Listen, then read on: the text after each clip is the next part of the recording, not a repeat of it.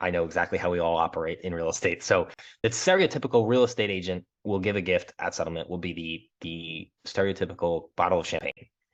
And that's no good because the bottle of champagne, one, is a consumable item. So it'll be pretty much tossed away in, they'll consume it and they'll be done. That's one impression. You spent $20 or whatever you spent. And not everybody drinks champagne. And there's that too.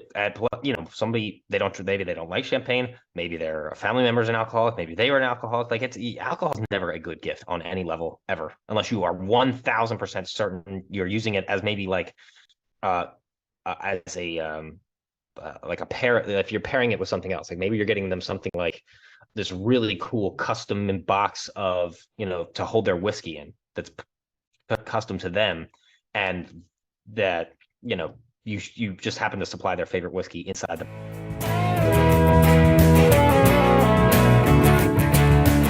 Welcome to Gratitude Geek, the relationship marketing podcast, helping DIY marketers find your micro-influencer magic so you attract raving fans and repeat buyers. I'm your host, Candice Rodardi, and this week I'm joined by the appreciation advocate, Steve Buzogany. Did I do it right? Did I get it right? Yeah. Nailed it. Steve is a lifetime entrepreneur and the founder and CEO of the Appreciation Advocate, a company that uses gift giving to generate more referrals for small businesses. Steve made his business debut in real estate and was among the top 10% real estate agents in the United States, having personally sold nearly $100 million worth of real estate. Steve has become a master of relationships and is well known for leaving a unique and lasting positive impression on people. Steve's signature quality is his ability to creatively execute business and personal relationship fundamentals to be both effective, memorable, and distinguishable from competition. I have a feeling that you and I are just going to agree with each other for the next 45 minutes to an hour. So let's start by agreeing that you have a unique story. So what is it? Share it with us. Sure. So my unique story, I think for me, I started out as a college kid that got really tired of I did the safe job type thing. Everybody said, do accounting, and accounting is the safe thing to do. And I did that, and it was like, all right, well, one problem is I hate this job. I did 2 internships and wanted to murder myself. I was like, this is too much. I can't handle this. And so the only problem is it was also senior year, and I needed to come up with something that was going to basically give me what I needed to, an income that was going to provide for me once I got out of college, because it was, mom and dad are not taking care of you anymore. And I had basically 1 year to do it. So that's basically, I got into real estate because it was like, all right, we'll take you. We don't need any prerequisites or anything like that. So I was like, cool, great. So I get into that, did start doing really, really well, building relationships with people, and they give you all the awards, rookie of the year and all that fun stuff. And that's great. That's fun. But and then Appreciation Advocate got started because I became known as the referral guy around my office. And they were like, Steve, you do a lot of referrals, blah, blah, blah. What are you doing? And I started telling them I just, I'm giving people gifts and all this other stuff. And long story short, they were just basically saying, I don't have time for that. I don't have time for that. And I was like, all right, well, there's a market there. So let me just do this for people. And that's how Appreciation Advocate got started. So basically tell us how the system works. You target real estate agents, that they're your ideal client. Basically anybody who's got a service-based business. It could be any, we do coaches and real estate agents, financial advisors, lawyers, accountants, anybody who has a book of business that they will sell at the end of their career. That's basically our ideal client. Okay. And then what you do is you do it for them. So you would give us a list of your top people. So, hey, look, I don't have the time to basically love on all these people, but I really want to love on them, and I want to make sure that I'm still top of mind. So basically, you reach out to us, and we'll take care of it for you. Okay, sounds like a good deal. Yeah, pretty straightforward. So, do you still do real estate, or is that done? No, yeah, I still do it a lot. So the thing is, I don't go out and go crazy and actively prospect like I used to, but if you're in the club and you get a referral to work with me, it's of course I'm going to take it. I want to make sure I do good by all of my past clients as well. So if I get a call and say, hey Steve, I got your name from so and so and they said you're a great real estate agent, I would love you to help me move. No problem, I'll be right there. Well, that's the best way to do business. That's the only way for me. That's the only way to do it for me. I can't imagine I like just sitting there. I know some agents are really good at it, at just prospecting, not like 2 hours a day, every day for 4 or 5 days a week. And I'm just like, more power to those people. I just can't do that and try to like talk someone into having a conversation with me and having me over. I'm like, I would rather walk in, like the average listing appointment was like 45 minutes to an hour. And my average listing appointment was 27 minutes. I mean, I was in and out because I knew going into it, I was like, I'm done. I'm closing this deal. I'm not even showing up if I don't know if I'm getting the deal most of the time. So it's just like, it's more efficient time wise. And you walk in, and it's like, oh, they just basically hand you. They say, all right, Steve, hand me the paperwork. You could take a look at the house and see you back here in 5 minutes. It's like that's my listing appointment. We talk about a couple things, pricing, this, that, and the other thing, but they're not very long because typically. they already trust you. Yeah, they come wanting to sign a contract because they've been, when you're working by referral, which is different than word of mouth advertising, by the way. When you're working by referral, it's basically they come with a pre-established trust factor that you don't have to work to build. It's just a lot easier. Mm-hmm. I agree. I told you we're just going to sit here and agree with each other for that's for fine. The entire interview. I like getting away. I like getting along with people. I am really curious because you say that there are some dangerous aspects to giving. Oh yeah. What are they? Okay, yeah, for sure. So there's three big problems. Right? I call them the three ways gift giving deceive you. And the first big problem is that most client appreciation gifts or employee appreciation or any kind of gift towards anyone, they usually only make one impression. And so for me as a marketing or anybody, for any marketing expert, our job is to stay top of mind. And you can't stay top of mind with one impression. So a lot of people will be like, oh, we should go all out, take them to like a sporting event, or we should go all out and take them to a really nice dinner, $200 on dinner or whatever. That's one impression. That is one impression. And, you just pay $200 for one impression. If I tried to get a job at a marketing agency and I told you that I paid $200 to get one impression, they'd fire me or they would never hire me. They would say, yeah, I want anything to do with you, man. You're going to blow our budget out the roof. The second thing is, so you have to basically, you just have to stay top of mind with more than one impression. The problem is that leads you into the second thing. The second big problem is that one impression is usually neutral or negative. So you have these one-off lazy gifts like gift cards or, just flat out bad gifts, like where the gift has nothing to do with the client itself or the client at all. It's just like, why would you give me this? And they hurt your reputation in the eyes of in the eyes of your customer too, because there's no thought behind it at all. And then that leads into the third problem, which is the whole gifting process is a big, massive lie.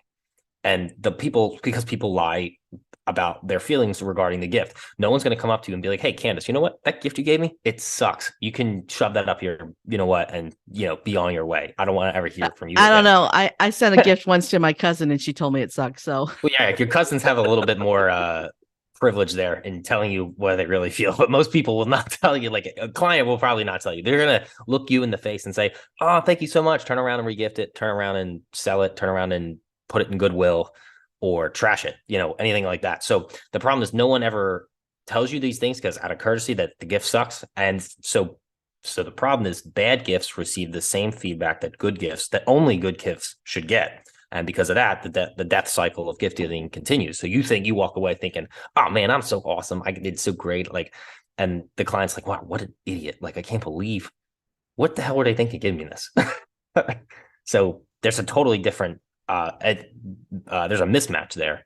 There is no meeting of the minds there. Yeah. I have a friend, his name is Jay McHugh, and he's a real estate agent. And he's, his thing is that he likes to gift through the process. So he is gifting 7 or 8 times during the entire process, which I think is what you're trying to say here is don't just do one big gift, but drip on them throughout the process. I think it can be both. It depends on what the gifts are. So at the end of the day, whether it's one big gift or multiple gifts of, smaller value, the end of the day, it has to have 6 criteria. It's got to have the focus on the client. It's got to have an emotional value. It's got to be of high quality. They've got to be, if you can get them personalized, I would make them personal to the client. And it's got to have staying power. So that once they're done, like if you got someone a Cutco knife customized with their name on it, that's got staying power. It's going to be used. It's going to stay in the house. It's personalized. It's high quality. It's And they'll got, keep it forever because Cutco knives are awesome. yes, that too. Cutco is awesome. Oh my God, I have a pair of scissors, Cutco scissors that are at least 10 years old, and those things cut. Same. They've never been sharpened, and They're insane. They They're cut through amazing. meat. They cut through like pennies. Yeah, it's crazy. It's crazy how good they are. Yeah. Did I interrupt you before you finished with the 6? No. Oh, the last thing was that you want to send your gifts with a personal note too. You always want to have a personal note assigned with your gifts. So I'm about to open a can of worms. That there are going to be some people listening to this show that are not going to appreciate this can of worms. But how do you feel about giving a gift that has your logo on it? It's awful. You should never do that. And so it depends. It depends on what you're doing. So if you're doing promotion, then that's fine because your job is anything that has your logo on it is considered a promotion. That's fine. You're allowed to promote. That's what we do as business owners. If you're giving the problem where it becomes a big issue is if you use a promotion as a gift, because a promotion is about the giver, a gift is about the receiver. So if you give a gift if you give a promotion as a gift, then you're screwing it up. And that's a big, bad call. Because you're not making it about them, you're making it about you. But if like when you go to a conference or something, they're promoting the conference, blah, blah, blah, that's fine. You're going to get a bunch of crap with their stuff on it. I still don't, me personally, if I was holding a conference, I would never do it that way, but it depends. Again, like I said, it all depends on what the mission is, what you're shooting for. I think that at a conference, giving away a promotional product that is something that people will actually use, like go beyond the pen, like anytime somebody gives me one of these, a microfiber cloth, it gets used. So this is my personal favorite idea for a promotional product is a microfiber cloth because they do get used. They get used a lot, and they put you. The more you have, the more places you leave them. Like got one in your car, got one in your other car, put them in every bathroom. So there are some promotional products that are a good idea, but it's got to be something that people. I mean, we don't need another pen. We do not need another pen.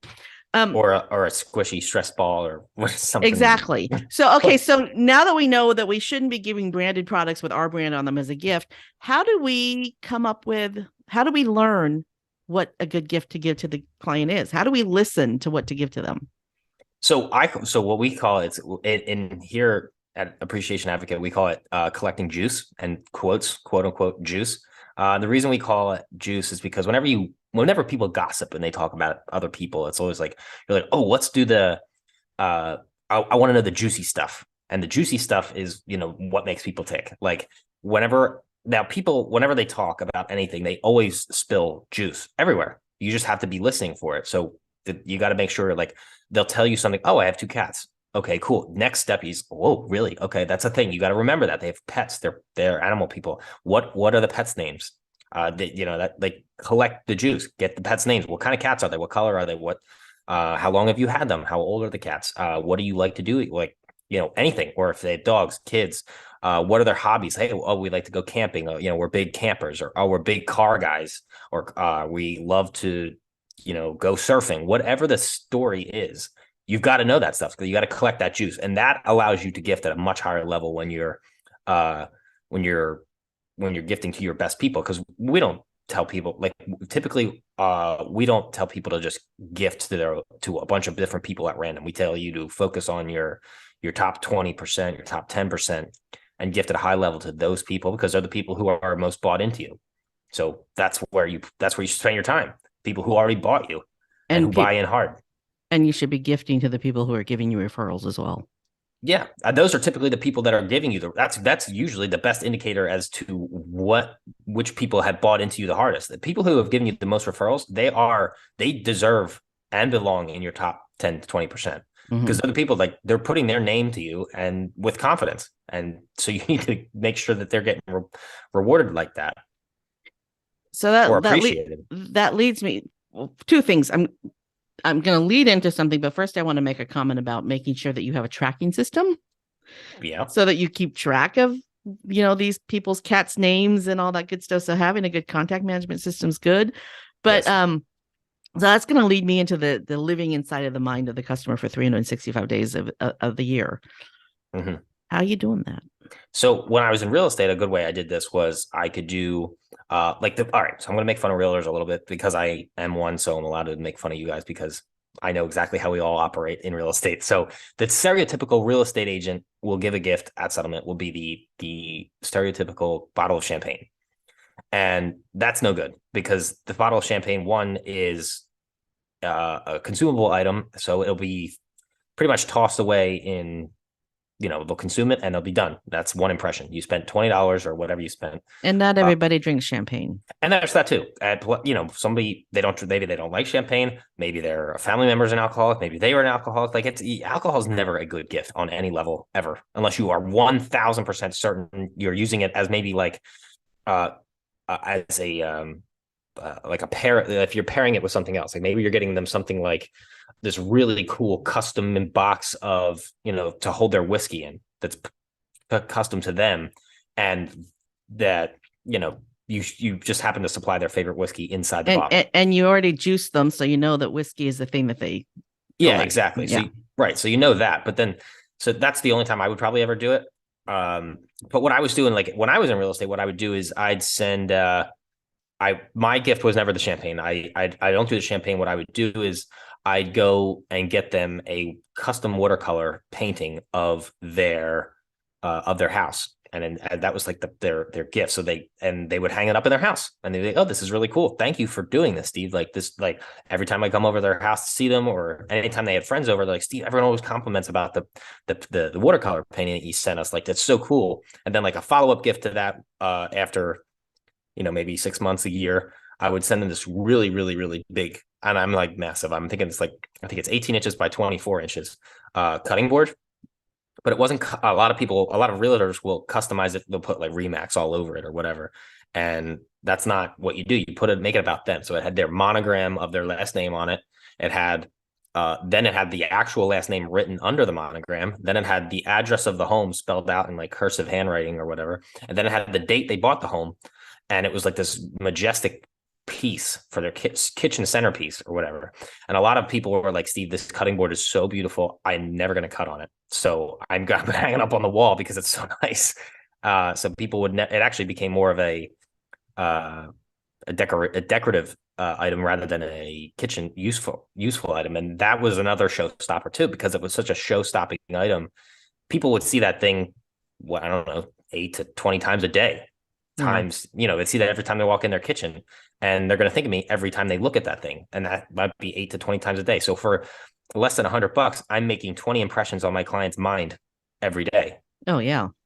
Mm-hmm. That's brilliant. So, I mean, that's what, I mean, we also have this thing called attacking the kitchen. We call it that because most people spend their time in the kitchen. So when it comes to any kind of kitchen gifts, we try to do a lot of those because anytime they touch anything in their kitchen, we want them to think of us. Like a lot of people don't have ice cream scoopers. A lot of people don't have a really good pizza cutter. A lot of people don't have a really, really, really, really nice, like high quality wine bottle opener, like something you spend a good amount of money on, not like just like this $5 thing that anyone can get, like something that's engraved with their name on it and super cool stuff like that. So like anything that way, anytime they touch anything in their kitchen, they're thinking of me. That's brilliant. Yes. That's brilliant. And it is true. I have a pizza cutter it's a Starship Enterprise.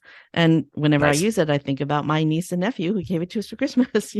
Right. I bet you, who gave you the Cutco knife or scissors?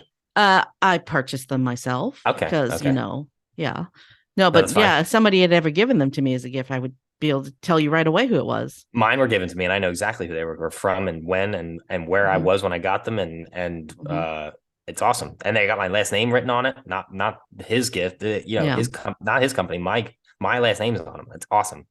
I have some really high-end knives that are not Cutco, and I know who gave those to me. So yeah. Okay. Same story. Yeah. And I've been married to my husband. They were a wedding gift. I've been married for 25 years. The knives are 25 years old. Wow. I mean, really good. These are expensive knives. They're more expensive than Cutco, right? So oh, wow. Okay. I can't remember the brand name though. But really good knives you have for your whole life. Right. Nice. You have them for your whole life. So I guarantee you I'll be giving my Cutco scissors to my daughter when she gets married, so I can get new ones, right? Because they last forever, right? They do. And they got that forever guarantee too. So that's another cool thing. Mm-hmm. Mm-hmm. Yeah. have a painting over my head. It's a picture over my head of C-3PO and R2-D2. That was a gift every You're a time I big see Star it. Wars person? Well, here's what happens when people collect things. People think that okay, so I am not as big of a Star Wars fan as my artwork would tell you that I am. Because Okay. it's like when somebody has roosters, they were like, oh, they love roosters, so let's give them roosters for gifts. So I happen to have a lot of Star Wars art that was gifted to me because I had a collection of Star Wars art. I love it. So, I love it, but okay. you know what I'm saying though, right? But you're not a fanatic, like a nut job crazy about Yeah, it. I'm not You're a just fanatic in the like, job.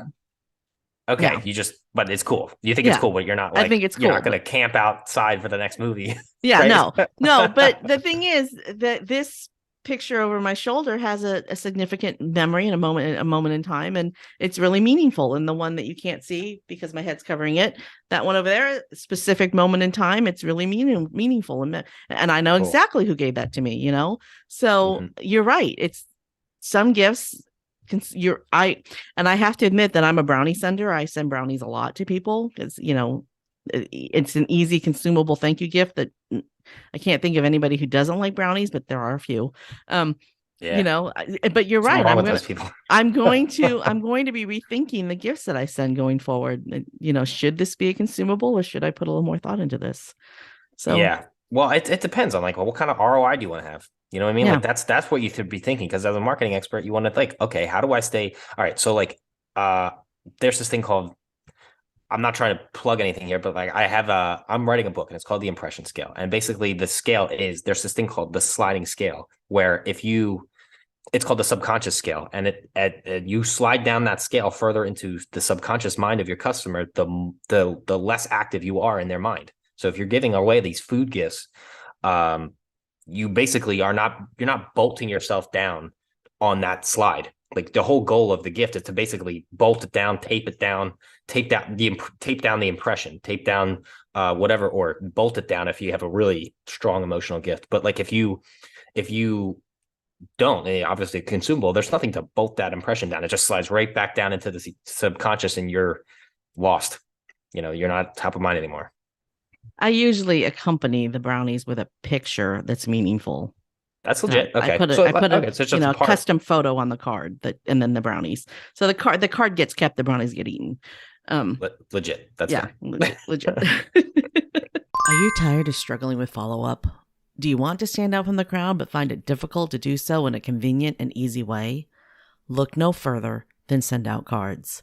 With Send Out Cards, you can easily stay in touch with those who matter most, celebrate important events, and stay top of mind with just a few clicks on your computer or taps on your phone.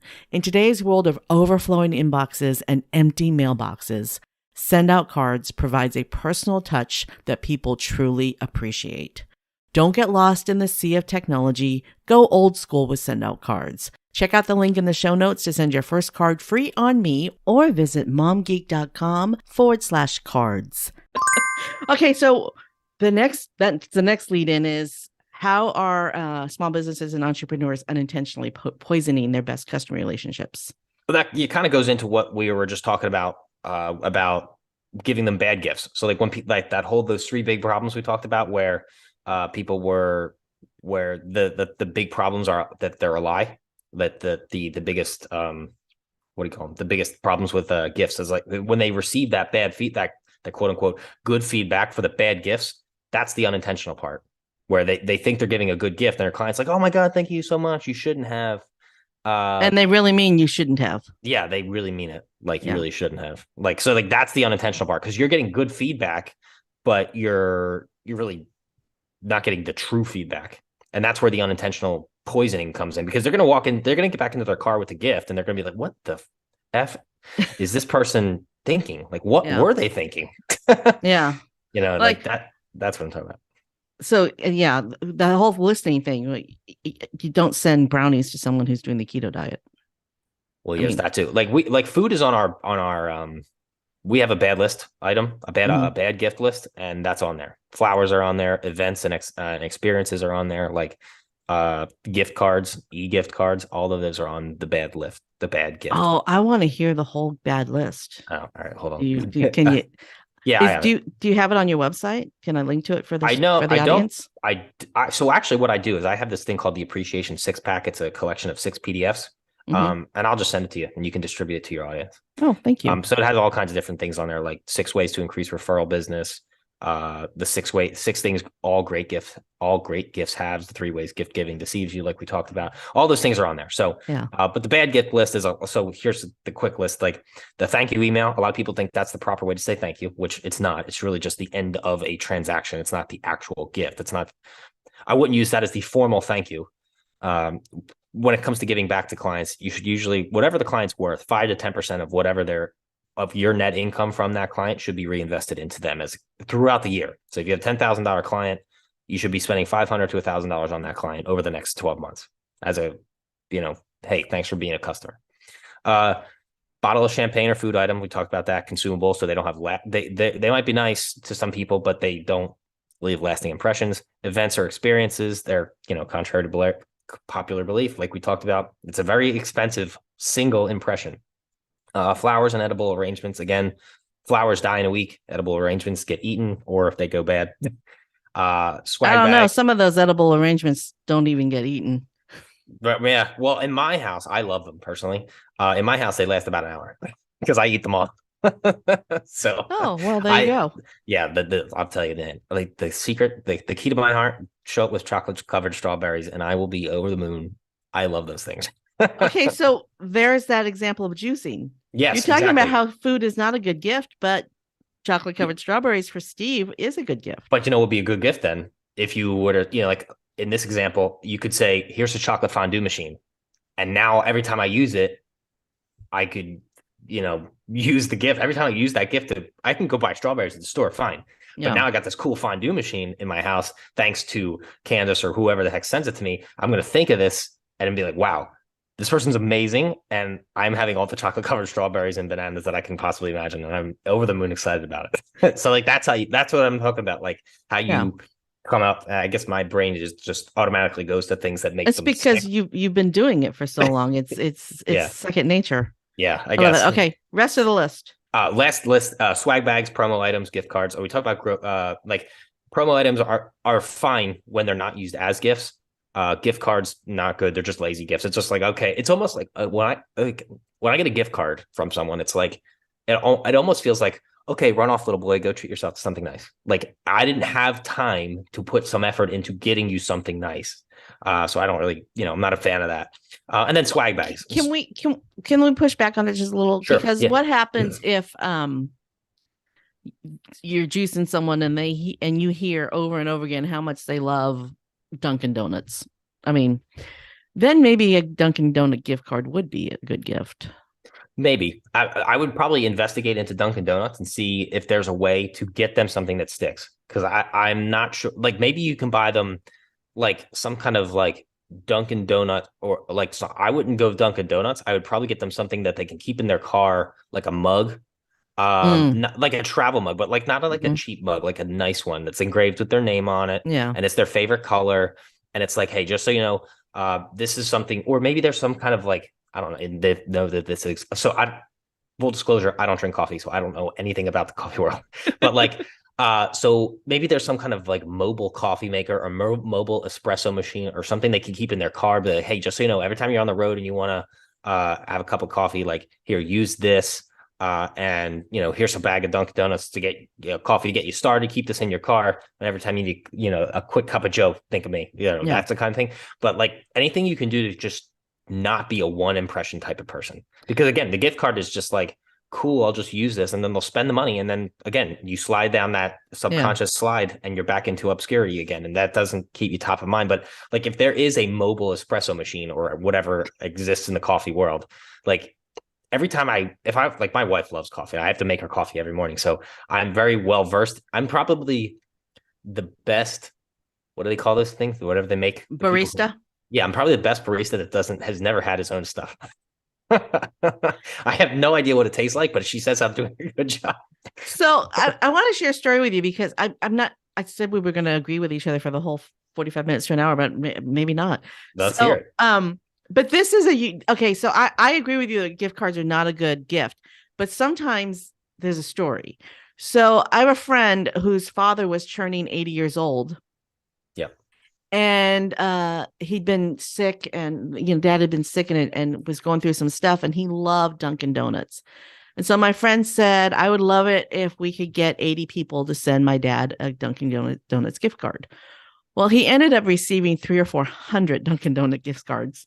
That's cool. And what he did, and this is where the story gets really good. What he did was every time he was out and about, he would hand Dunkin' Donut gift cards to people. He would just pay, he paid forward. So it kept moving, it kept going forward. The goodness kept going forward. So you can't, as an individual, you can't recreate that with one person unless you get 300 people to send Dunkin' Donuts gift cards to the same person.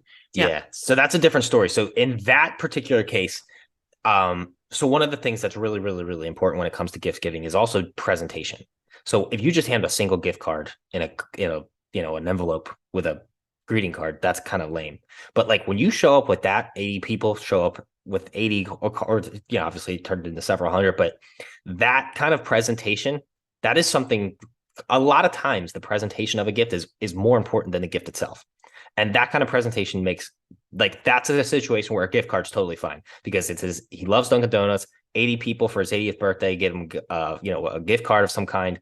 Turns out he's more well loved than he knows, and he gets 300 or 400. And like that's super cool because again, that's all about the recipient. That hits a lot of the criteria. It's all about the recipient. It's nothing promotional. It plays on the heartstrings because it makes a big impact. It's something he'll never forget. It will have staying power, and it's just, I think it's awesome. And the presentation's fantastic. I think that's great. But and again, that was more about the experience than the actual. But he'll never forget that. No, well, he's passed away since, but yeah, no, he never did. And he always carried them with him, and he gave them away freely. If he ran, that's cool. Which is that's part of the story is the ripple effect. And sometimes that's what that's the purpose of gift giving, is that ripple effect. I talk about the law of reciprocity all the time. That's big. And some people think that the law of reciprocity is, I'm going to give Steve a thank you gift for being on the show, because that's what I do as part of my thing. Now I know I shouldn't send him brownies though. Fondue machine I'll take. and then you're going to do something nice for somebody else. Right. Yes. And then eventually all that ripply wobbly stuff will come back to me, and something nice will be done for me. Maybe I'll get the fondue machine, yeah, right. or something, Yeah. So the thing is, the way I describe gratitude, the definition I give it is the purposeful unbalancing of a scale in the direction of another human being. So basically what you're doing is, like, if there's water pouring onto this scale, one going to the left, one going to the right, what I'm going to do is I'm going to push it so that more water pours onto this other person.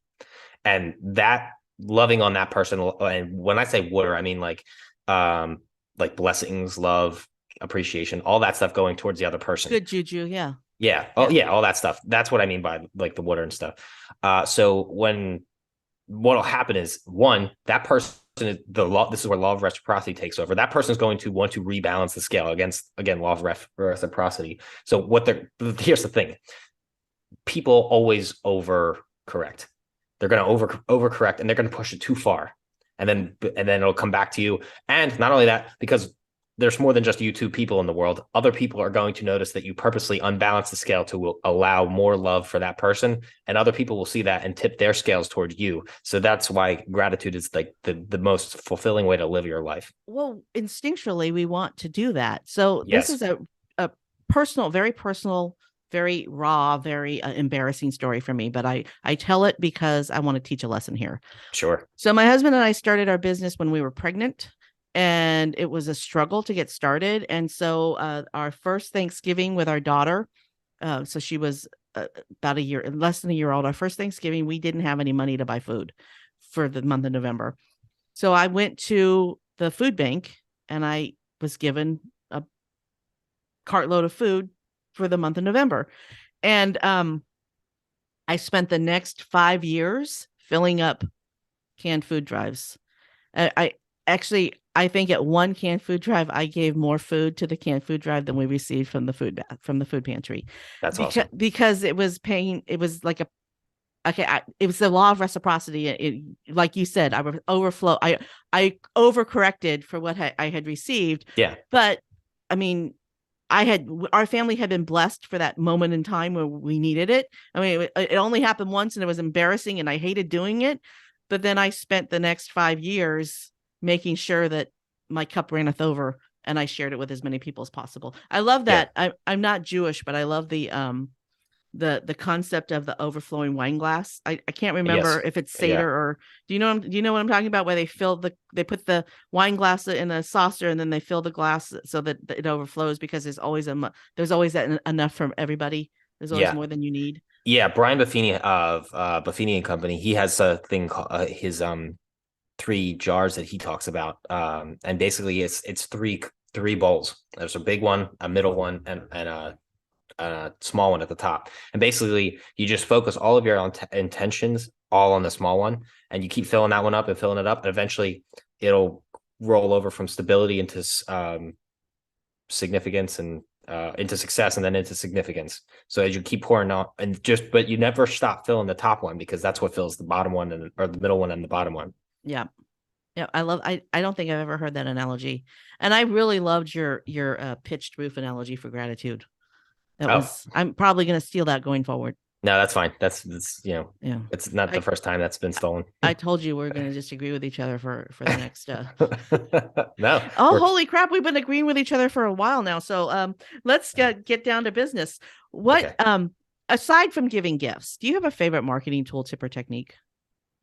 Um, so yeah, that it was pretty much my main my main one. So for a marketing technique, I think I would probably say, and I don't know if it's more of a personal thing, not really a marketing technique. I guess it is marketing because it's me representing me.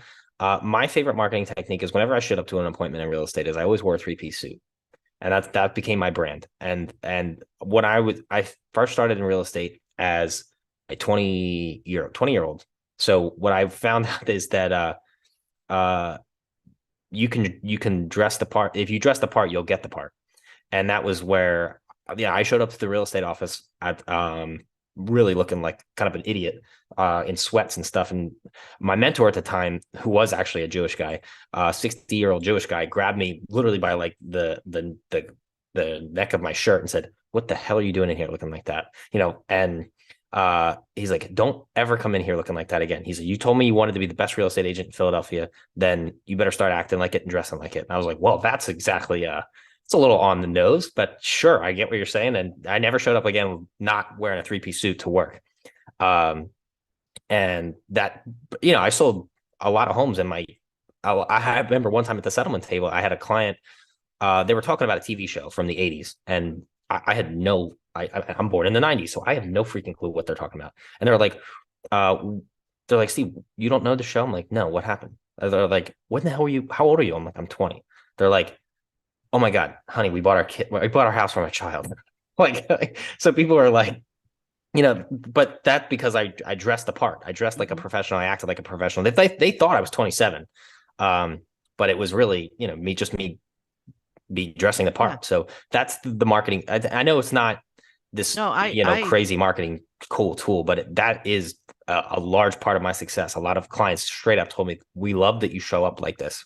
well, impressions are huge. And if you want to sell $1 million houses, you have to look like somebody who sells $1 million houses. Yes. Now, people who buy $1 million houses don't necessarily look like that. No, they don't. A lot of them they're like, "Okay, whatever. You don't have to do this, but you can lay off if you want to." But the fact that even when they give me permission not to, and I still do it anyway, they say, I really love the commitment." That's really cool. And that's been a really cool marketing, unintentional. It wasn't exactly designed to be marketing, but when I go to an open house and I have buyers who come in who I've never met before, and they say, "Wow, you're the only one wearing a suit today." Mm-hmm. All the other ones, like in the summertime in Philly, it gets kind of hot. You can flirt with 100. Mm-hmm. And so I'm wearing a three-piece suit and they're like, "Wow, that's, you look like a professional." The other realtor had khaki shorts on and flip-flops. And I'm just like, "Well, you're going to buy a $700,000 house from a guy with flip-flops on?" Yeah. So I want to loop back to the beginning of our conversation because you're talking about how you were from the beginning, you did really well in real estate because you listened to your mentor. Yeah. Hard And not to listen to that guy when he's but you also did the things that you needed to do to sell the houses. And then you said that you have, you would talk to real estate agents about why you're selling so many houses, and you would tell them why. And you go, I don't have time for that. They would go, I don't have time for that. You also did what was required of you, right? Yes. I mean, if you want to be the $1 million or the $100 million realtor, you need to do the work that $100 million realtors do. And if you only are selling $100,000 houses, that's on you. Yeah. And We're not selling at all. yeah, or not selling at all. That's on you because you didn't take the time or put in the effort to look the part and do the work. And loving on people through the process so that you get the referral is part of that. I am always amazed at the number of real estate agents who do not have a list of their previous clients. That blows my freaking mind. I just don't understand it, because for me, it's like you're essentially every January 1st is your worst nightmare, because you're now essentially starting your business over from scratch, because Mhm. every year's a new year. It's like you say you have 20, not you, but like a realtor might say, I have 13 years of experience. I have 20 years of experience. They've been living the same year for the last 20 years. They don't have 20 years of experience. They've got year one on repeat, and that's not 20 years of experience. It's Groundhog's Day. Yeah. So they don't So have 20 years of experience. when my husband and I bought our first home, we had a fantastic mortgage broker. I mean, we were self-employed, so it was really hard for us to prove income. And he figured it all out, and he got us into our house, and he went above and beyond to get us into our house. And it was a fantastic experience. And 4 years later, when we needed to sell because we had outgrown the house, I couldn't remember his name. Wow. Yeah. And the only thing that he, 4 years later, he could have just sent us a Christmas card or somehow did something so that every year we would be reminded of who he was. That's so brutal. Like, Yeah. it's a shame, because he sounds like he did a fantastic job, and that's him leaving money on the table for, like, Yeah. I tell clients at the settlement table, I tell them, like, look, I come with the house. If you need anything after this, you're stuck. Sorry, you're stuck with me now. Like, yeah. Well, that's the thing. That way, when they're ready to sell again, because what do you know the number? What is it? How long do people live in a house? I think right now the average is around 7 years. Yeah, that's what 7 I to thought 9. it was. 7 to 9. We lived in our first house for 4 years and our second house for 15. And we've been in this one for 5, or 5 or 6. I don't remember. That's wait, hold on. around. Is that how many years we've been married? Did I do the math right?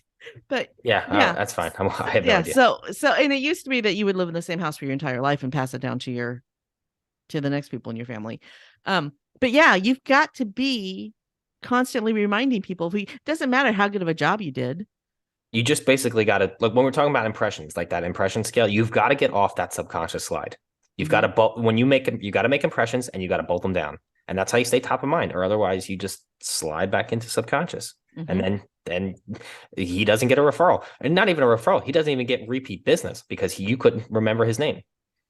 So if you were going to be your mentor, if you're going to do exactly what your mentor did to a 20-year-old kid who was just starting out in real estate, what would you tell them today? I'd say focus on your database first. I'd say focus on your best people. Focus on the people who have bought into you the most. Focus on the people, and then make sure you've got a plan in place. Once you do start working with these people, how are you going to make sure you service them after you're done? Because you have to be able to exhibit gratitude in your business, and if you can't, then you're not going to be able to maximize your income here. What if they say they have no customers?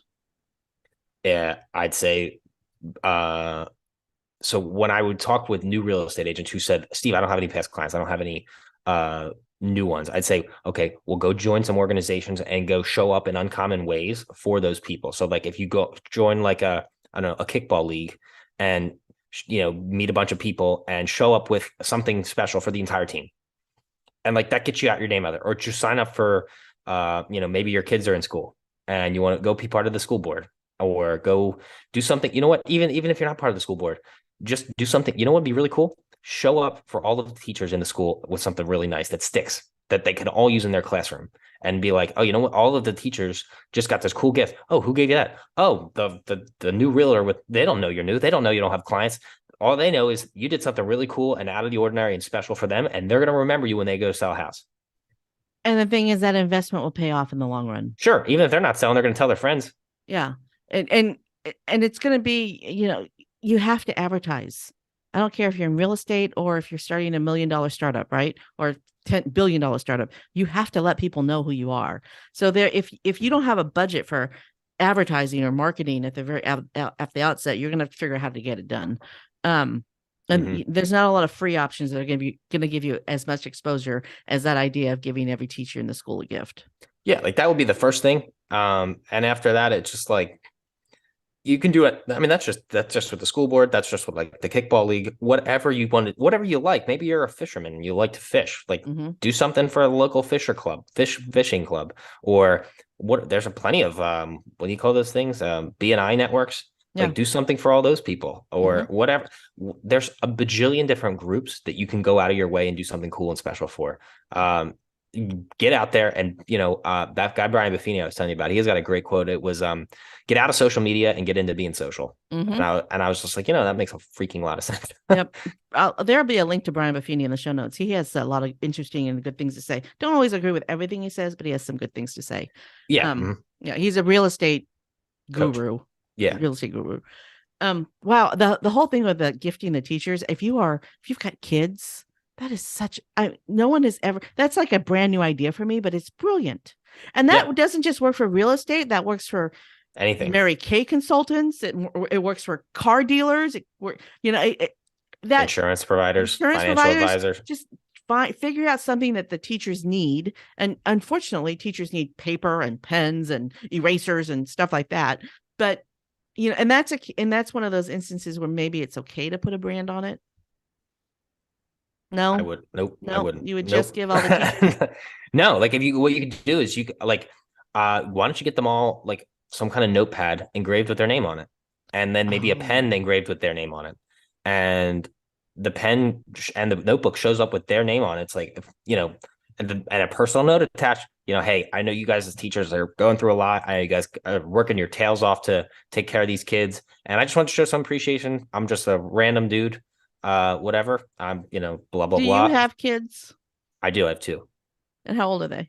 One just turned 9 months yesterday, and the other one is 2.5. Okay. So your kids haven't entered school yet. I'm telling you, I'm just going to give you a little advice as a mom. Yeah. Let's hear it.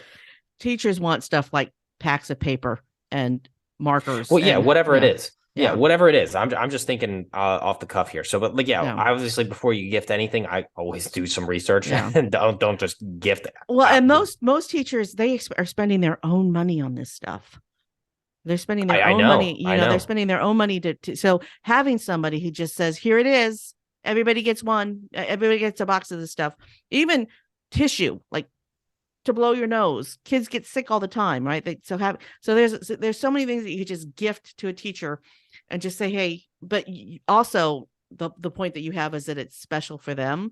So maybe you give them a case of tissue and a tissue box holder that has their name on it. Yeah, something they can keep in the classroom. Oh, that's a really good idea, because that wouldn't be hard to do, is to have a bunch of tissue box covers embroidered with the teacher's name. That'd be easy. Yeah, that'd be super cool. There you go. There's a great idea for you. If you're a real estate agent, insurance agent, a car salesman, a Mary Kay person, or whatever, and you want to get in with the teachers, there's your brilliant idea. Steve and I came up with it together. There it is. So is there anything that I didn't ask you that you want to talk about? No, I think that's pretty much it. You've nailed it for 50 straight minutes. We agreed with each other a lot.